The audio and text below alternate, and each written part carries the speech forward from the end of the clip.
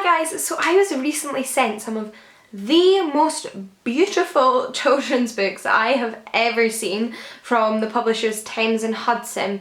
When they contacted me asking if I'd like to receive any of their books for review, I jumped on the chance because this year I really wanted to do both a regular bookish gift guide but also a book guide specifically aimed at bookish presents for children, and I looked at some of their books in their catalogue and thought these would be perfect because they're so beautifully made and designed. But once the books got to me, I could not wait for my bookish gift guide to show them to you guys. They're just so stunning, all four of them, all by different artists and authors, that I just wanted to film a video entirely dedicated to them, which also gave me a chance to kind of play around with them a little bit, which was fun. So I have included lots of shots and close-ups of the books in action. In action, yes, some of the books are in action. This video is in no way sponsored. These books were just sent to me for free and I love them so much, I just want to play with them and make a video. So I'm going to show them to you. So there's 4 books here. I'm going to start with what is possibly the most exciting one, or I don't know, if I had got this book as a child, if someone had given this book to me, I literally would have loved them for the rest of my life. It is one of the most beautiful books I have ever seen. And it is this book of Sleeping Beauty Theatre. And this is a gorgeous pop-up paper theatre book.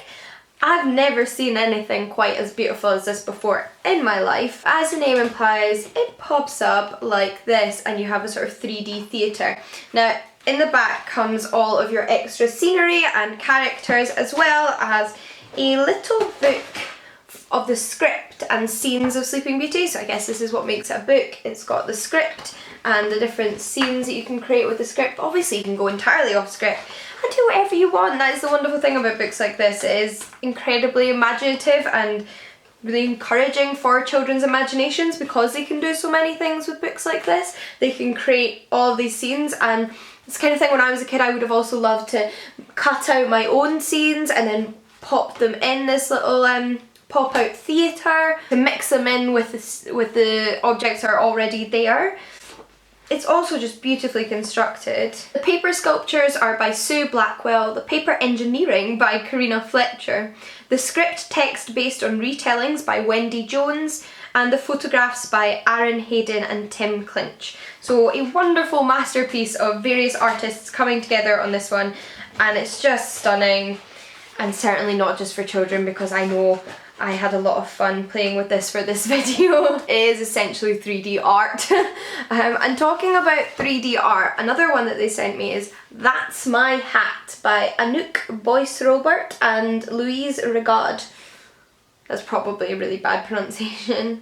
This was originally written in French, Au Mon Chapeau, and this is the English translation. This one is a really sturdy, solid hardback which pops out. It's almost like Where's Wally, but where's the monkey with my hat? So a little monkey steals a little boy's hat, and you have to find the monkey in every scene, and it's not just as simple as like a Where's Wally book in that it really engages with the pop-outs as well. If you look inside the pop-outs, there's mysterious hidden figures and goings on, including occasionally the monkey. So it's a lot of fun for children and something that would be a lot of fun for adults and children to do together, especially for parents and children.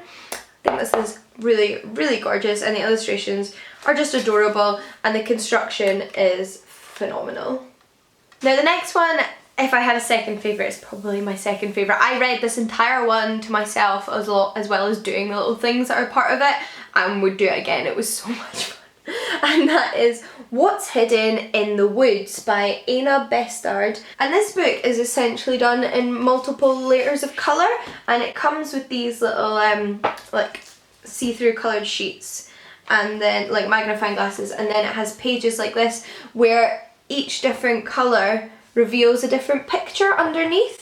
I've got some clips of me demonstrating this properly because it's very difficult to show you like this, but these are the pages, and then there's little clues as to what you might find written down if you hold up certain colours up to the picture, and there's various hidden pictures, and there's 3 layers going on in every scene, and it's a lot of fun. I can only imagine children will have a lot of fun with this. I know I did, and I think all of these books are so wonderful for stimulating children's imaginations.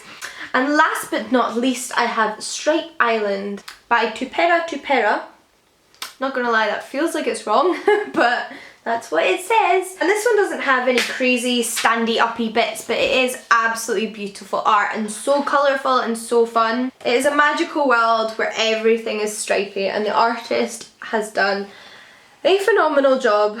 It's just so gorgeous, and there's so much going on in every scene, as well as a lovely story to go along with it as well. I mean, look at that! Festival of Stripes. Come and celebrate stripes. Stripy stripes, stripes on stripes, stripes of all sorts. The stripier the better.